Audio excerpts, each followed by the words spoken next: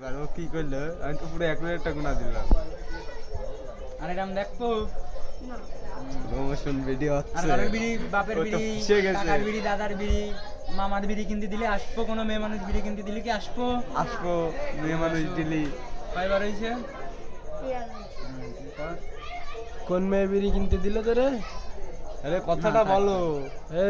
এইটা কোন বল। মেয়ে বিড়ি কিনতে দিল? আমি দেখাই দিবানি তোমার।